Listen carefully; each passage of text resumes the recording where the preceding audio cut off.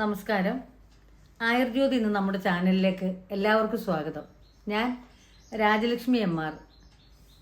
ഇന്ന് ഞാൻ പറയുന്ന വിഷയം അശ്വതി മകം മൂലം ഈ 3 നക്ഷത്രങ്ങളുടെ പ്രശ്ന പരിഹാരങ്ങൾക്ക് നിങ്ങൾ ചെയ്യേണ്ട പൂജകൾ ക്ഷേത്രങ്ങളിൽ ചെയ്യാം. അതിൻ്റെ പ്രശ്ന പരിഹാരങ്ങൾ എന്തൊക്കെയാണ്? ഞാൻ ജ്യോതിഷത്തിൻ്റെ കൈകാര്യം ചെയ്യുന്ന ഒരാളാണല്ലോ. അപ്പോൾ ഈ ചാനലിൽ തന്നെ പലരും വന്നതിനോട് ആവശ്യപ്പെടാറുണ്ട് എന്തൊക്കെയാണ് ഞങ്ങൾ പ്രശ്ന പരിഹാരങ്ങൾ ചെയ്യേണ്ടത്, പിന്നെ വിവാഹം വൈകി പോകുന്ന കുട്ടികൾ എന്താ ചെയ്യേണ്ടത്, വിവാഹ തടസ്സം മാറാനും മംഗല തടസ്സം മാറാനും, പിന്നെ ദമ്പതികൾ തമ്മിലുള്ള പ്രശ്നങ്ങളൊക്കെ ഉണ്ടെങ്കിൽ അത് രമ്യതപ്പെടാൻ, അസ്വാരസ്യങ്ങളും കാര്യങ്ങളൊക്കെ ദമ്പതികൾക്കിടയിലുണ്ടാകും. പിന്നെ വിവാഹ തടസ്സങ്ങൾ വരാറുണ്ട്. സ്ത്രീകൾക്കും പുരുഷന്മാർക്കും വിവാഹം വളരെ താമസിച്ചു പോകാറുണ്ട്. ചിലപ്പോൾ അനുകൂലമായ സാഹചര്യം വരുമ്പോൾ നക്ഷത്രം ഒത്തു വരാറില്ല. ഇങ്ങനെ പല കാരണങ്ങൾ കൊണ്ട് വിവാഹം വൈകി പോകാറുണ്ട്. അപ്പം അങ്ങനെ പലരും എന്നോട് കമൻറ്റ് ബോക്സിൽ ഒന്ന് ചോദിക്കാറുണ്ട്, അമ്മ എന്തെങ്കിലും പ്രശ്ന പരിഹാരങ്ങളുണ്ടോ, ഞങ്ങൾ എന്തെങ്കിലും ചെയ്യേണ്ടതുണ്ടോ, എന്താണ് ഇനി ചെയ്യേണ്ടതെന്ന് പറയുമോ എന്ന്. ഈ നക്ഷത്രക്കാർക്ക് അശ്വതി മകം മൂലം എന്നീ നക്ഷത്രക്കാരുടെ കാര്യതടസ്സങ്ങൾ നീങ്ങാൻ, അവർക്ക് മുൻപോട്ടുള്ള നീക്കങ്ങൾക്കൊക്കെ വേണ്ടി എല്ലാത്തരം പരിഹാരങ്ങൾക്കും, വിവാഹമാകാം, ബിസിനസ് തൊഴിൽപരമായ കാര്യങ്ങളാകാം, അല്ല കുടുംബപരമായ പ്രശ്നങ്ങളാകാം, ഇങ്ങനെ ഓരോ കാര്യങ്ങളുണ്ടല്ലോ മനുഷ്യ സംബന്ധമായിട്ടുള്ള. അപ്പം അതിനൊക്കെയുള്ളൊരു പരിഹാരങ്ങൾ എന്ന രീതിയിലാണ് ഞാൻ ഇന്ന് ഞാൻ പറയുന്നത് അശ്വതി മകം മൂലം. അശ്വതിയുടെ അനുജന്മ നക്ഷത്രങ്ങളാണ് മകവും മൂലവും അനുജന്മ നക്ഷത്രങ്ങൾ. അപ്പം ആ സഹോദര നക്ഷത്രങ്ങൾ എന്നും പറയും. അപ്പോൾ ആ 3 നക്ഷത്രങ്ങളുടെ കാര്യമാണ് എന്തൊക്കെയാണ് പ്രശ്നങ്ങൾ, പ്രശ്ന പരിഹാരങ്ങൾ, എന്തൊക്കെ കാര്യങ്ങൾ ചെയ്ത് നമുക്ക് അതിൽ നിന്ന് ഏതൊക്കെ പൂജകൾ, ഏതൊക്കെ പ്രാർത്ഥനകൾ, എന്തൊക്കെ ഈശ്വരീയമായ കാര്യങ്ങളാണ് നമുക്ക് ചെയ്ത് അതിൽ നിന്ന് നിങ്ങൾക്കൊരു പരിധി വരെ നിങ്ങൾക്കൊരു സമാധാനവും സന്തോഷവും കിട്ടാൻ എന്താണ് ചെയ്യേണ്ടത് എന്നുള്ള കാര്യങ്ങളെ പറ്റിയുള്ള ഒരു വീഡിയോ ആണ്.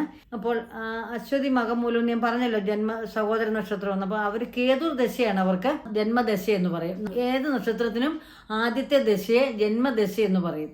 ആ ജന്മദശയാണ് നമ്മളെ മുൻപോട്ട് നയിക്കുന്നത്. നമ്മുടെ എല്ലാ കാര്യങ്ങളിലും ഈ നമ്മുടെ ആ ജനിക്കുമ്പോഴുള്ള ആ ഗ്രഹങ്ങളുടെ സ്വാധീനം നമ്മുടെ ജീവിത അന്ത്യം വരെ നമ്മളെ സ്വാധീനിക്കും. പല പല ഗ്രഹങ്ങൾ നമുക്ക് മാറി മാറി വരും ഓരോ നക്ഷത്രങ്ങൾക്കും. പക്ഷേ എങ്കിലും ഈ ജന്മദശ എപ്പോഴും നമ്മളെ ഫോളോ ചെയ്യും. അതിൻ്റെ ഒരു സ്വാധീനം നമ്മുടെ ലൈഫിലൊങ്ങി നമ്മളെ സ്വാധീനിക്കും എല്ലാ കാര്യങ്ങളിലും. അപ്പം ഈ അശ്വതി മകം മൂലം എന്ന് പറഞ്ഞ നക്ഷത്രങ്ങളുടെ ജന്മദശ എന്ന് പറയുന്നത് കേതുർ ദശയാണ്. ആ ദശയെ കേതുർ ദശ എന്നാണ് പറയുന്നത്. കേതുവിന് ഹേതു വേണ്ടെന്ന് ഞാൻ പറഞ്ഞിട്ടുണ്ട് മുൻപുള്ള വീഡിയോയിൽ. കാരണം ഈ അകാരണമായ ഭീതി, അകാരണമായ ഭയം, തൊഴിൽ തടസ്സം, ഇങ്ങനെ ഈ കേതുർ ദശയിൽ അനുഭവിക്കാത്തതും വരാത്തതും ഒന്നുമില്ല. ബിസിനസ് നഷ്ടം, മുടങ്ങിപ്പോകുന്ന പദ്ധതികൾ, എല്ലായിടത്തും നിന്നും ഒരു ഞെരുക്കങ്ങൾ വരിക. പിന്നെ കുടുംബ ബന്ധങ്ങളിൽ അസ്വാരസ്യങ്ങൾ, ദമ്പതികൾ തമ്മിൽ അസ്വാരസ്യങ്ങൾ, മക്കൾ തമ്മിൽ അസ്വാരസ്യങ്ങൾ, സമൂഹത്തിലുള്ള വ്യക്തികളുടെ അസ്വാരസ്യങ്ങൾ, അങ്ങനെ നമ്മൾ ഏർപ്പെടുന്ന മേഖലകളിലൊക്കെയും നമുക്ക് പരാജയഭീതി ഉളവാക്കും. ഇപ്പം നമ്മളെ ആകെപ്പാടെ നമ്മളങ്ങ് ഡിസ്റ്റർബ്ഡ് ആകും, നമ്മളങ്ങ് വിഷമിക്കും. എന്തോ ചെയ്താൽ രക്ഷപ്പെടാം, എന്ത് ഞാൻ ചെയ്യണം, എന്ത് ചെയ്താൽ ഇങ്ങനെ ആണല്ലോ ഭഗവാനെ എന്നോർത്ത് നമ്മളിങ്ങനെ പ്രാർത്ഥിച്ച് നമ്മൾ മനസ്സ് തകർന്നിരിക്കും. എന്തിനാ പ്രാർത്ഥിക്കുന്നത്, എന്തോ പ്രാർത്ഥിച്ചിട്ട് ഇതല്ലേ എൻ്റെ അനുഭവം എന്നൊക്കെ നമ്മൾ വിചാരിക്കും. പലരും വിചാരിക്കാറുണ്ട്, പലരും എന്നോട് പറയാറുമുണ്ട്. പക്ഷേ അടുത്ത നിമിഷം ഈ കേതുർദശ കഴിഞ്ഞ് നിങ്ങളെ കാത്തിരിക്കുന്നത് ശുക്രദശയാണ്. 20 വർഷം. ഈ കേതുവിൻ്റെ 7 വർഷം ശരിക്കും നമ്മൾ അനുഭവിക്കും, ശരിക്കും. പിന്നെ നിങ്ങൾ ഏത് പാദത്തിലാണ് ജനിച്ചതെന്ന് കേതുർദശയുടെ അപഹാരം കുറയാൻ സാധ്യതയുണ്ട്. 1-ാം പാദം 2-ാം പാദമൊക്കെ ആണെങ്കിൽ കുറച്ച് 7 വർഷം തന്നെ അനുഭവിക്കേണ്ടി വരും. അത് 3-ഉം 4-ഉം പാദം, 4-ാം പാദമൊക്കെ ആണെങ്കിൽ കുറച്ച് ജന്മദശ അനുഭവിച്ചാൽ മതി, ശിഷ്ടദശ മാത്രം അനുഭവിച്ചാൽ മതി. അങ്ങനെയാണ്. പക്ഷേ 1-ാം പാദം 2-ാം പാദം ആണെങ്കിൽ പൂർണ്ണമായി 7 വർഷം തന്നെ ഇവർ ഈ കഷ്ടപ്പാട് സഹിക്കേണ്ടി വരും. ഇതിൻ്റെ വേവും ചൂടും കഷ്ടപ്പാട്, ഉടയവരുടെ വേർപാട്, ശരീരത്തിൽ പലതരം മുറിവിൻ്റെ പാടുകൾ, കറുത്ത പാടുകൾ, അങ്ങനെയൊക്കെ. കാരണം സൈഹേകിയൻ എന്ന ഈ അസുരൻ അമൃതകുംഭം മോഷ്ടിക്കാനായിട്ട് ദേവലോകത്ത് ചെന്ന് അമൃതകുംഭം മോഷ്ടിച്ച് അത് സൂര്യേന്ദ്രന്മാർ കണ്ടുപിടിച്ച് മഹാവിഷ്ണുവിനെ അറിയിച്ച് പാശുപതാസ്ത്രം കൊണ്ട് തല അറുത്ത് കളഞ്ഞു. മഹാവിഷ്ണുവിൻ്റെ കയ്യിലിരിക്കുന്ന അസ്ത്രമുണ്ട്, ആ അസ്ത്രം കൊണ്ട് കഴുത്ത് മുറിച്ച് കളയുമ്പം പാമ്പിൻ്റെ തലയെ മനുഷ്യൻ്റെ ഉടലുമായിട്ട് ജനിക്കും. ആ ഒരു കള്ളത്തരം ഈ കേതുർദശയിലുണ്ട്. ഈ അശ്വതി മകൻ മൂലക്കാർക്ക് എപ്പോഴും അവരുടെ ജീവിതത്തിൽ സംഭവിക്കുന്നുണ്ട്. അവർ അറിഞ്ഞും കള്ളം പറയാൻ അവർക്ക് താല്പര്യമില്ല, പക്ഷെ അറിഞ്ഞും അറിയാതെ അവർ ഇതിനകത്ത് വീഴും. ഈ കള്ളം പറയേണ്ടതിനകത്ത് അകാരണമായി അറിഞ്ഞുകൊണ്ട് പറയുന്നതല്ല, അവർക്ക് വിഷമമുണ്ട്, ഇത് പറയേണ്ട ആവശ്യമില്ല, പറയേണ്ടായിരുന്നു എങ്കിലും പറഞ്ഞു പോകും. കാരണം ഈ ജന്മദശയിൽ കേതു കള്ളം കാണിച്ചു. അമൃതകുംഭം മോഷ്ടിക്കാൻ പോയിരുന്ന സന്യാസിയുടെ വേഷം കൊണ്ടല്ലേ ഇരുന്നേ അസുരൻ. അപ്പോൾ അതുകൊണ്ട് ആണ് ആ ഒരു കാര്യം ഇവരിൽ എപ്പോഴും വരും. കേതുവിൻ്റെ ഒരു അവസ്ഥ ഇവരിലൊക്കെ പ്രവേശിക്കുന്നത് മൂലമാണ് ഇങ്ങനെ കള്ളം പറയാനുള്ള ഒരു അവസ്ഥ ഇവരിൽ സംജാതമാകുന്നത്.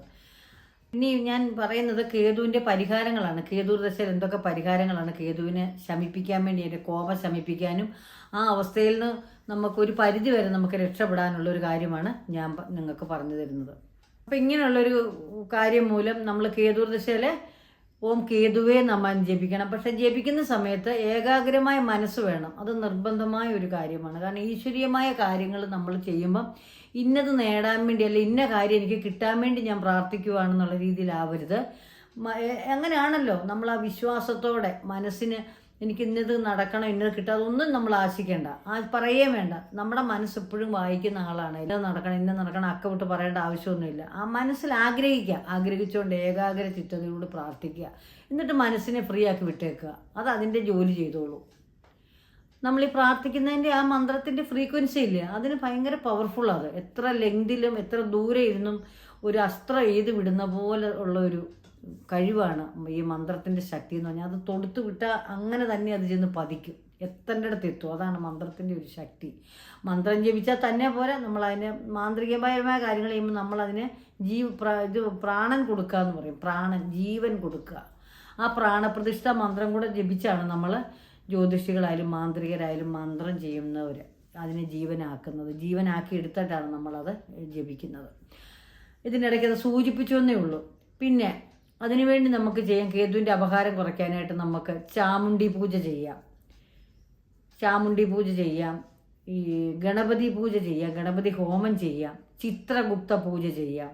കേതുവിൻ്റെ അപഹാരം കുറയ്ക്കാനാണ് ഞാനീ പറയുന്നത്. മെയിനായിട്ട് നമ്മൾ ഓം കേതുവേ നമ എന്ന് ജപിക്കുക. പിന്നെ ചിത്രഗുപ്ത ഹോമം അല്ല ചിത്രഗുപ്ത പൂജ, ചാമുണ്ഡി പൂജ, ചാമുണ്ഡിയെ ഭജിക്കുന്നത് നല്ലതാണ്. സൗന്ദര്യലഹരി 11 ശ്ലോകം നിങ്ങൾ ജപിക്കുന്നത് നല്ലതാണ്. സൗന്ദര്യലഹരി ഉണ്ട്, ജഗൽഗുരു ശങ്കരാചാര്യർ എഴുതിയ 11 ശ്ലോകം നമ്മൾ കഴിക്കുന്നത് നമുക്ക് നല്ലതാണ്. വിവാഹം മുടങ്ങിപ്പോയ കുട്ടികളെ, വിവാഹം വൈകുന്ന ഈ അശ്വതി മകം മൂല നക്ഷത്രക്കാർക്ക് അവർ തിങ്കളാഴ്ച വ്രതം, അതായത് സോമവാര വ്രതം അനുഷ്ഠിക്കുന്നത് നല്ലതാണ്. തിങ്കളാഴ്ച രാവിലെ വെളുപ്പിന് എഴുന്നേറ്റ് കുളിച്ച് വെള്ള വസ്ത്രം അണിഞ്ഞ് ഭസ്മവും ഇട്ട് രുദ്രാക്ഷം ധരിക്കാവുന്നവരാണെങ്കിൽ ആ രുദ്രാക്ഷവും ധരിച്ചുകൊണ്ട് തിങ്കളാഴ്ച വ്രതം നോറ്റാൽ നമുക്ക് അനുകൂലമായ വരനെ ലഭിക്കുമെന്നാണ് ഹൈന്ദവ പുരാണത്തിൽ നമ്മൾ പറയുന്നത്. അപ്പം ഹൈന്ദവ മിത്തനുസരിച്ച് നമ്മൾ ഓം നമശിവായ എന്ന് ജപിച്ചുകൊണ്ട് വേണം, ഓം നമശിവായ എന്ന മന്ത്രനാമം ജപിച്ചുകൊണ്ട് വേണം നിങ്ങൾ പ്രദക്ഷിണം വെക്കുവാൻ. ആലിനും പ്രദക്ഷിണം വെക്കണം. ആലിന് 7 പ്രദക്ഷിണ വെക്കേണ്ടത്. മത്സ്യമാംസങ്ങൾ വെടിയണം. ഒരു നേരം വേണേൽ ഭക്ഷണം കഴിക്കാം. ഭക്തിയോടെ ഓം നമശിവായ എന്ന് ജപിച്ചുകൊണ്ടിരിക്കാവുന്നതാണ്. അനാവശ്യമായ വർത്തമാനങ്ങളിൽ ഏർപ്പെടുക, പരദൂഷണം കേൾക്കുക, പറയുക, ഇതൊന്നും എല്ലാത്തിൽ നിന്ന് അകന്ന് നിൽക്കുക. പിന്നെ മൗനവ്രതം ആചരിക്കുന്ന ഏറ്റവും നല്ലത്. മൗനവ്രതം ആചരിക്കുക എന്ന് പറഞ്ഞാൽ ആവശ്യമില്ലാത്ത സംഭാഷണങ്ങളൊന്നും നമ്മളിൽ കടന്നു വരത്തില്ലല്ലോ. അപ്പം ആ മൗനവ്രതത്തോടു കൂടി ഈ പറഞ്ഞ തിങ്കളാഴ്ച വ്രതം അഥവാ സോമവാര വ്രതം അനുഷ്ഠിച്ചാൽ നിങ്ങൾക്ക് ഇരട്ടി ഗുണം ലഭിക്കുന്നതാണ്. ഇരട്ടി ഗുണം. കുടുംബത്തിൽ അസ്വസ്ഥതകളുള്ളവർ, ദാമ്പത്യ ബന്ധങ്ങളിൽ കലഹമുള്ളവർ, ബന്ധം പിരിയാനായിട്ടുള്ള അതിൻ്റെ വക്കിലെത്തി നിൽക്കുന്നവർ, ഇങ്ങനെയൊക്കെ ഉള്ളവർക്കും ഈ സോമവാര വ്രതം ആചരിക്കുക. അല്ലെങ്കിൽ ഈ പ്രാർത്ഥന ഈ ഓം നമശിവായ എന്ന പഞ്ചാക്ഷരി മന്ത്രം ജപിച്ചുകൊണ്ട് പ്രാർത്ഥന വീട്ടിൽ ഇരുന്നും ജപിക്കാം. ക്ഷേത്രത്തിൽ പോകാൻ നേരമാണ് തീർച്ചയായും തിങ്കളാഴ്ച പോയിട്ട് ജപിക്കുക. എന്നിട്ട് ചൊവ്വാഴ്ച രാവിലെ തീർത്ഥം കുടിച്ചുകൊണ്ട് പാരണ അവസാനിപ്പിക്കാവുന്നതാണ്. പാരണ എന്ന് പറഞ്ഞാൽ തീർത്ഥം കുടിച്ച് നോയമ്പ് അവസാനിപ്പിക്കുന്ന രീതിയാണ് പാരണ എന്ന് പറയുന്നത്. മംഗല്യ തടസ്സം നിങ്ങൾക്ക് മാറിക്കിട്ടും, കുടുംബത്തിലെ അസ്വസ്ഥതകൾ മാറിക്കിട്ടും, ദമ്പതികൾ തമ്മിൽ നല്ല സ്നേഹത്തിലാകും. നിങ്ങൾക്ക് മറ്റൊരു കാര്യം നിങ്ങൾക്ക് ചെയ്യാവുന്നതാണ്. ഭർത്താവിൻ്റെയും ഭാര്യയുടെയും മക്കളുടെയും പേര് വെച്ച് തിരിച്ച് ആണാണെങ്കിൽ ഭാര്യ കുടുംബത്തിൻ്റെ മൊത്തം, അതായത് ഞാൻ ഉദ്ദേശിക്കുന്നത് ഒരു കുടുംബത്തിലെ കുടുംബാംഗങ്ങളുടെ മുഴുവൻ പേരും നാളും വെച്ച് ഐക്യമത്യ സൂക്താർച്ചന നിങ്ങൾ ശിവക്ഷേത്രത്തിൽ നടത്തുന്നത് നല്ലതാണ്. അതേപോലെ തന്നെ മൃത്യുഞ്ജയ ഹോമം നടത്തുന്നത് നല്ലതാണ് ഈ കേതുർദശയിൽ കേട്ടോ. വളരെ ശ്രദ്ധിക്കണം. കേതുർദശയിൽ വാഹനങ്ങൾ സഞ്ചരിക്കുമ്പോഴേ, നിങ്ങൾ ഏത് തരം അവസ്ഥകൾ സഞ്ചരിക്കുമ്പോഴും നിങ്ങൾ എപ്പോഴും വളരെ ശ്രദ്ധയും കോൺഷ്യസ് ആയിട്ട് ഒരു കാര്യങ്ങൾ ചെയ്യാവുള്ളൂ. അശ്രദ്ധമായിട്ട് ഒരു കാര്യം നിങ്ങൾ ചെയ്യരുത്. ഞാൻ പറയുന്നത് നിങ്ങൾ എപ്പോഴും അത് ഓർമ്മയിൽ തന്നെ സൂക്ഷിക്കണം. ഞാൻ ഈ പറയുന്നത് വളരെ ശ്രദ്ധിച്ച് കേൾക്കേണ്ട ഒരു കാര്യമാണ്. അപ്പോൾ നിങ്ങൾ എപ്പോഴും വാഹനത്തിൽ സഞ്ചരിക്കുമ്പോൾ അപകടം പിടിച്ച ജോലികൾ ചെയ്യുന്നവരാണല്ലോ, അങ്ങനെ ഫാക്ടറിയിൽ ജോലി ചെയ്യുന്നവരെ, അപകടം പിടിച്ച ജോലികൾ ചെയ്യുന്നവരറിയാമല്ലോ. ഇവരൊക്കെ ഒരു ശ്രദ്ധ പുലർത്തണം. ഭയപ്പെടാനല്ല ഞാനിത് പറയുന്നത്. ശ്രദ്ധ, എല്ലാ കാര്യങ്ങളും ഒരു അശ്രദ്ധമായ ഒരു മനസ്സോടെ നിങ്ങൾ ഒരു കാര്യം ചെയ്യരുത്. കാരണം അപകടങ്ങൾ പെട്ടെന്ന് വരാനുള്ള സാധ്യതയുണ്ട്. ഏറ്റവും കൂടുതൽ ഡ്രൈവ് ചെയ്യുന്നവരാണ് ശ്രദ്ധിക്കേണ്ടത്. ഡ്രൈവിങ്ങിൽ ഡ്രൈവിങ് വളരെ ശ്രദ്ധിക്കണം. ഞാനത് അശ്വതിക്കാരുടെ ഈ വർഷം പറഞ്ഞിട്ടുമുണ്ട് കേട്ടോ. അശ്വതിയുടെ ഈ വർഷത്തെ വർഷഫലം നിങ്ങളൊന്നും കണ്ടു നോക്കണം. ഞാൻ 2026 അശ്വതി നക്ഷത്രത്തിൻ്റെ വർഷഫലം പറയുന്നുണ്ട്. അപ്പം അതും നിങ്ങളൊന്ന് കണ്ടു നോക്കണം.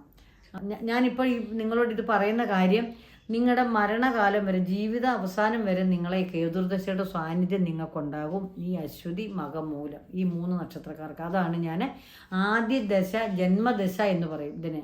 ആ ദശയുടെ എപ്പോഴും സ്വാധീനം നിങ്ങളിൽ കാണും, ആ സ്വഭാവം കാണും. ആ കേതുവിന് എന്തൊക്കെ കാര്യമുണ്ട് അതെല്ലാം നിങ്ങളിൽ കാണും. പക്ഷെ മറ്റുള്ള ദശകളും മറ്റുള്ള ഗ്രഹങ്ങളും വന്നു പോകും, ഇല്ലെന്നല്ല. അടുത്ത പിന്നെ കേതു കഴിഞ്ഞാൽ പിന്നെ നിങ്ങൾക്ക് ശുക്രനെ എടുക്കുന്നത്. ശുക്രദശയാണ് നെക്സ്റ്റ് നിങ്ങളെ തേടി വരുന്നത്. 20 കൊല്ലം സുഖസുന്ദരമായ ശുക്രനാണ് നിങ്ങൾക്ക് ലഭിക്കുന്നത്.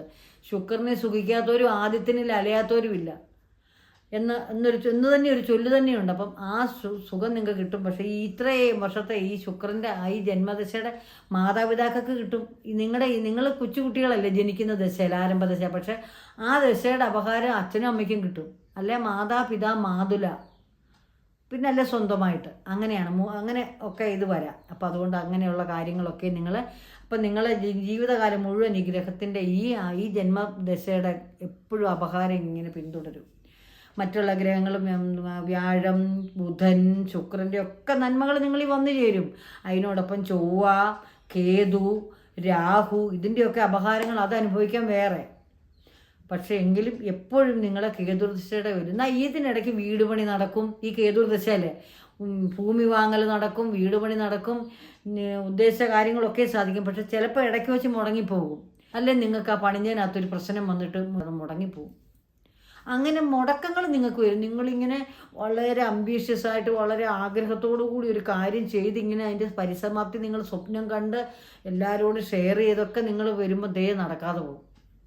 അങ്ങനെ പല സന്ദർഭത്തിൽ നിങ്ങൾക്ക് ഉണ്ടായിട്ടുണ്ട്. പല സന്ദർഭത്തിൽ ഇതിൻ്റെ കമൻറ്റ് ബോക്സ് നിങ്ങളത് രേഖപ്പെടുത്തേണ്ടതാണ്. ഇങ്ങനെ സംഭവിച്ചിട്ടുണ്ട് നിങ്ങൾക്ക്, ഇത് ശരിയാണെന്ന്.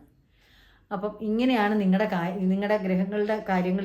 ഈ കേതുർദശയുടെ അപകാരങ്ങളിലൂടെ പോകുന്ന വിവാഹം, മംഗല്യം മുടങ്ങിപ്പോയ പിള്ളേർ, ശിവപാർവതി പൂജ ഒക്കെ നടത്തുക. ശിവനെയും പാർവതിയും പൂജിക്കുന്ന ഉമാമഹേശ്വര പൂജ എന്ന് പറയും, അത് പൂജിക്കുക. വീട്ടിൽ തന്നെ വിളക്ക് വെച്ച് ശനിയാഴ്ചകളിൽ ഭഗവാന്റെ നാമം, വെള്ളിയാഴ്ച ഉത്തമമാണ് കേട്ടോ. വെള്ളിയാഴ്ച ഉത്തമമാണ്. സ്വാമിയെ പ്രാർത്ഥിക്കുക എന്ന് പറയും, പരമശിവനെ. അപ്പോൾ അത് നിങ്ങൾക്ക് നല്ലതാണ്. ശിവപാർവതി മന്ത്രം ജപിക്കുക. ശിവപാർവതിയെ പ്രീതിപ്പെടുത്തുന്ന ശിവപ്രീതികരങ്ങളായ പൂജകൾ നിങ്ങൾ ചെയ്യുക. ശിവനും പാർവതിയും ഒന്നിച്ചുള്ള ക്ഷേത്രങ്ങളിൽ തിരുവൈരാണിക്കുളം ഏറ്റവും നല്ലതാണ്. തിരുവൈരാണിക്കുളം ഇതിന് മംഗല്യം നടക്കാതെ പോയവർ, മംഗല്യം വൈകിയവർക്കൊക്കെയും അവിടുത്തെ പട്ടും താലി സമർപ്പണം വളരെ വിശേഷമാണ്. അപ്പം അത് നിങ്ങൾ ചെയ്യുക. പിന്നെ നിങ്ങൾ അടുത്ത ശിവക്ഷേത്രങ്ങളോ പാർവതിയും കൂടെ ഉള്ളതുകൊണ്ട് അവിടെ പോയി നിങ്ങൾ ഇത് ചെയ്യാം. നിങ്ങൾ അതാത് ദേശഭഗവാനെ നിങ്ങൾ പ്രാർത്ഥിക്കുക. അപ്പോൾ ദേവിയമ്മയെ പ്രാർത്ഥിക്കുക. പിന്നെ മെയിനായിട്ട് പിന്നെ മറ്റൊരു കാര്യം നിങ്ങൾക്ക് പറയാം, നിങ്ങളുടെയൊക്കെ അമ്മമാരുടെ ദേശത്തെ ദേവതയെ വണങ്ങിയേ പറ്റൂ. എന്തെല്ലാം നമ്മൾ പൂജകളും പ്രാർത്ഥനകളും ചെയ്താൽ മുടങ്ങിപ്പോയ പ്രാർത്ഥനകൾ, നമ്മുടെ കുടുംബ പരദേവതമാരെ മറക്കാൻ പാടില്ല. ആ മുടങ്ങിപ്പോയ പൂജകൾ നിങ്ങൾ ചെയ്തേ പറ്റൂ. പിന്നെ നമ്മുടെ അമ്മയുടെ കുടുംബക്ഷേത്രം, അതാണ് നമ്മുടെ ജന്മക്ഷേത്രം എന്ന് പറയും. അമ്മയുടെ ദേശത്തെ ദേവിയെ വണങ്ങണം. അങ്ങനെ വണങ്ങാതെ ആരെങ്കിലും ഇരിപ്പുണ്ടെങ്കിൽ അത് നിങ്ങൾ ചെയ്തേ മതിയെ. നിങ്ങൾക്ക് അതിനുള്ള മാറ്റം, നിങ്ങൾ ഉണ്ടായ കാര്യങ്ങൾ നിങ്ങൾക്ക് മനസ്സിലാകുമ്പോൾ നിങ്ങൾ എന്നെ ഒന്ന് കമൻറ്റിലൂടെ അറിയിക്കേണ്ടതാണ്. കാരണം നിങ്ങൾക്ക് മാറ്റം ഉണ്ടായിരിക്കും. തടസ്സങ്ങൾക്ക് അതും നിങ്ങളോട് ഞാൻ പറയാൻ ആഗ്രഹിച്ചൊരു കാര്യം തന്നെയാണ്. ആ ഒരു കാര്യങ്ങളും കൂടെ നിങ്ങൾ ചെയ്യണം. അപ്പം നിങ്ങൾക്ക് ഗ്രഹദോഷ പരിഹാരങ്ങളുണ്ടാകും. എന്തെങ്കിലും ഗ്രഹങ്ങളുടെ ദോഷങ്ങളുണ്ടെങ്കിൽ നിങ്ങൾക്ക് അതിൻ്റെ മാറ്റം വരും. പിന്നെ നവഗ്രഹ ക്ഷേത്രത്തിൽ പോയിട്ട് കേതുവിനുള്ള പൂജകൾ ചെയ്യുക. കേതുവിന് ഇപ്പോൾ ഉള്ള അവസ്ഥയ്ക്കുള്ളത് ആ ഗ്രഹങ്ങൾക്കുള്ള ചെയ്തോളൂ. അത് കൂടാതെ കേതുവിനെ പ്രീണിപ്പിക്കുന്ന കാര്യങ്ങൾ നിങ്ങൾ ചെയ്യേണ്ടതാണ്. നവഗ്രഹങ്ങളുടെ ക്ഷേത്രത്തിൽ പോയി അവിടെ പോയിരുന്നൊരു 10 മിനിറ്റ് ഓം കേതുവേ നമ, ഓം കേതുവേ നമ, ഓം കേതുവേ നമ, ഓം കേതുവേ നമ എന്ന് നിങ്ങൾ ജപിക്കുക. കയ്യിൽ എണ്ണിക്കൊണ്ട് അവിടെ നിന്ന് ജപിക്കുക. മാറ്റം വരുന്നത് ഞാൻ നിങ്ങൾക്ക് പ്രത്യക്ഷത്തിൽ തന്നെ ഇത് മനസ്സിലാകും കുഞ്ഞുങ്ങളെ. അപ്പം നിങ്ങളത് ചെയ്യേണ്ടതാണ്. അപ്പോൾ അശ്വതി മകം മൂല നക്ഷത്രക്കാർക്ക് പ്രശ്നങ്ങൾക്കുള്ള പരിഹാരങ്ങളാണ് ഞാൻ ഈ പറഞ്ഞു തന്നത്. അപ്പോൾ നിങ്ങളെല്ലാവരും ഇത് ചെയ്യുക. ഈ ക്ഷേത്ര ദർശനം നടത്തുക. ക്ഷേത്രങ്ങളിലെ പൂജകൾ മുടങ്ങാതെ ചെയ്യുക.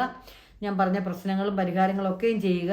നിങ്ങളുടെ മുടങ്ങിപ്പോയ മംഗല്യമേ അല്ലെങ്കിൽ മംഗല്യ തടസ്സം മാറിപ്പോകാൻ, നിങ്ങളുടെ വീട് പണി, അങ്ങനെയുള്ള നിങ്ങളുടെ സ്വപ്നങ്ങളൊക്കെയും സാക്ഷാത്കരിക്കുവാൻ ഞാൻ പറഞ്ഞ ഈ പ്രശ്ന പരിഹാരങ്ങളൊക്കെയും ചെയ്യുക. അപ്പോൾ നിങ്ങളുടെ കാര്യതടസ്സങ്ങൾ മാറിക്കിട്ടും. നിങ്ങളുടെ എന്തെല്ലാം തടസ്സങ്ങളാണ് നിങ്ങൾക്ക് നേരിട്ടുകൊണ്ടിരിക്കുന്നത്, ആ കാര്യങ്ങൾക്കൊക്കെ ഒരു പ്രശ്നത്തിന് ഒരു പരിഹാരവും പ്രതിവിധിയാണ് ഞാൻ പറഞ്ഞത്. ഭരണി, പൂരം, പൂരാടം ഈ 3 നക്ഷത്രങ്ങളുടെ പ്രശ്നങ്ങളും അതിൻ്റെ പരിഹാരങ്ങളും എന്തൊക്കെ കാര്യതടസ്സങ്ങൾ നീങ്ങാൻ അവരെന്തൊക്കെയാണ് ചെയ്യേണ്ടതെന്ന് ഉള്ള വീഡിയോയിലൂടെ നമുക്ക് കാണാം. അതുവരെ നന്ദി, നമസ്കാരം.